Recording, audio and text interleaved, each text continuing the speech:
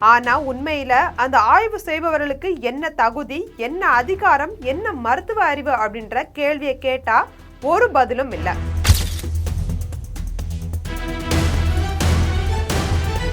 அரசு நிர்வாகத்தின் கீழ் இயங்கக்கூடிய ஒரு பொது மருத்துவமனைக்குள் அரசியல் கட்சியோட அமைப்பை சேர்ந்தவங்க அதிகார தோரணையில நுழைந்து ஆய்வு நடத்தியது மருத்துவமனை ஊழியர்கள் மற்றும் பொதுமக்கள் மத்தியில அதிர்ச்சியை ஏற்படுத்தியிருக்கு.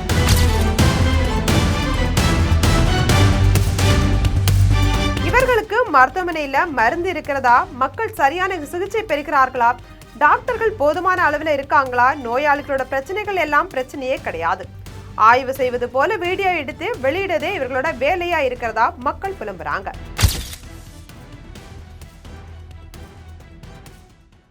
ஃபைல்களை எடுத்துட்டு வாங்க, பெண் எஸ்பியை மிரட்டிய தாவேகா எம்எல்ஏ சகோதரி. ஆய்வுன்னு தினமும் கேமரா முன்னு நின்று நாடகம் ஆடினாலே அது மக்கள் நல ஆட்சி ஆகிடாது. தமிழகத்துல இப்ப நடந்துட்டு இருக்கக்கூடியது நிர்வாகம் அல்ல அப்படின்னு மக்கள் புலம்ப தொடங்கியிருக்காங்க. என்ன நடந்தது விரிவா பார்க்கலாம்.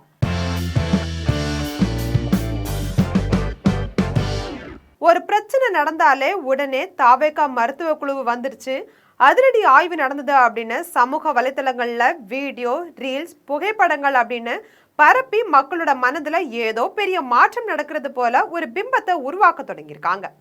ஆனா உண்மையில அந்த ஆய்வு செய்பவர்களுக்கு என்ன தகுதி, என்ன அதிகாரம், என்ன மருத்துவ அறிவு அப்படின்ற கேள்வியை கேட்டா ஒரு பதிலும் இல்லை. தென்காசி மேற்கு மாவட்ட தாவேகம் மருத்துவ அணி செயலாளர் வாசுதேவி தலைமையிலான குழுவினர் சங்கரன் கோயில் மருத்துவமனையோட வார்டுகள் மற்றும் கட்டமைப்பு வசதிகளை நேர்ல சென்று பார்வையிட்டு ஆய்வு செஞ்சிருக்காங்க. அரசு நிர்வாகத்தின் கீழ் இயங்கக்கூடிய ஒரு பொது மருத்துவமனைக்குள் அரசியல் கட்சியோட அமைப்பை சேர்ந்தவங்க அதிகார தோரணையில நுழைந்து ஆய்வு நடத்தியது மருத்துவமனை ஊழியர்கள் மற்றும் பொதுமக்கள் மத்தியில அதிர்ச்சியை ஏற்படுத்தியிருக்கு. மாநிலத்தோட மருத்துவ நிர்வாக குறைபாடுகளை ஆய்வு செய்து அறிக்கை தர அதற்கான அதிகாரமும் அனுபவமும் கொண்ட ஒரு குழுவினரை தான் அனுப்புவாங்க. ஆனா இங்க எல்லாமே கேமராவும் ரீல்ஸும் வீடியோவும்னு ஆகிடுச்சு. இவர்களுக்கு மருத்துவமனையில மருந்து இருக்கிறதா, மக்கள் சரியான சிகிச்சை பெறுகிறார்களா, டாக்டர்கள் போதுமான அளவில் இருக்காங்களா, நோயாளிகளோட பிரச்சனைகள் எல்லாம் பிரச்சனையே கிடையாது. ஆய்வு செய்வது போல வீடியோ எடுத்து வெளியிடதே இவர்களோட வேலையா இருக்கிறதா மக்கள் புலம்புறாங்க. இதுல இன்னொரு காமெடி என்னன்னா, அரசு மருத்துவமனையில ஆய்வு நடத்திய தாவேகா மருத்துவ அணி நிர்வாகி வாசுதேவி மீது கரூர்ல 41 பேர் உயிரிழந்ததா சமூக வலைதளங்கள்ல தவறான தகவல்களையும் அவதூறுகளையும் பரப்பியதா காவல்துறை வழக்கு பதிவும் செஞ்சிருக்காங்க. இந்த வழக்குல நீதிமன்றத்துல முன்ஜாமீனும் பெற்றிருந்தாங்க. முன்ஜாமீன் நிபந்தனையின்படி அவர் நாள்தோறும் சம்பந்தப்பட்ட காவல் நிலையத்துக்கு சென்று கையெழுத்து இடணும். இத்தகைய குற்றச்சாட்டுல இருப்பவர் தான் அரசு மருத்துவமனைக்குள்ள புகுந்து அழிச்சாட்டியம் செய்திருக்கிறதா திமுக ஐடி விங் குற்றம் சாட்டியிருக்காங்க. தாவேகாவினருடைய இத்தகைய சமூக வலைதளங்கள்லையும் அரசியல் வட்டாரத்திலையும் கடுமையான கண்டன குரல்கள் எழுந்திருக்கு.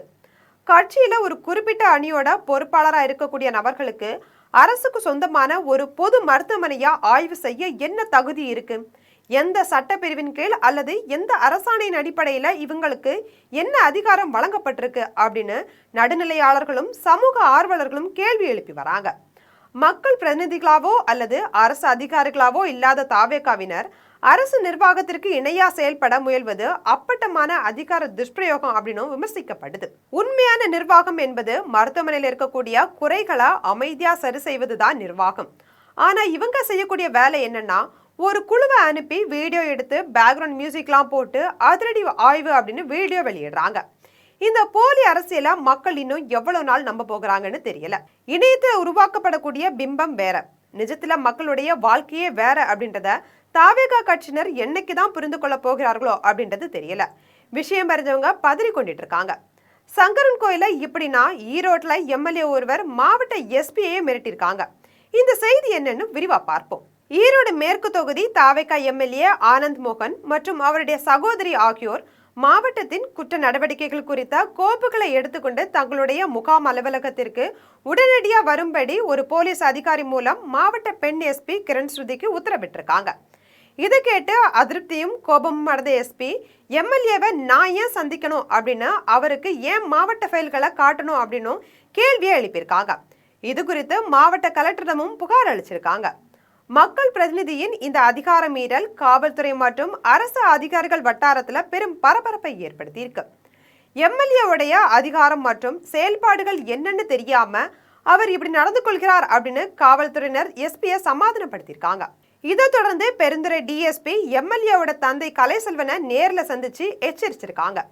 அவங்க கிட்ட கலெக்டரும் எஸ்பியும் முறைப்படி புகார் அளித்தா எம்எல்ஏ பதவியை தொடர்வதற்கே சிக்கல் ஏற்படும் அப்படின்னும் தவறான முன்னுதாரணமா மாறிடும் அப்படின்னு சுட்டி காட்டியிருக்காங்க. இந்த எச்சரிக்கை குறித்து எம்எல்ஏ ஆனந்த் மோகனுக்கும் உடனடியா தகவல் தெரிவிக்கப்பட்டிருக்கு.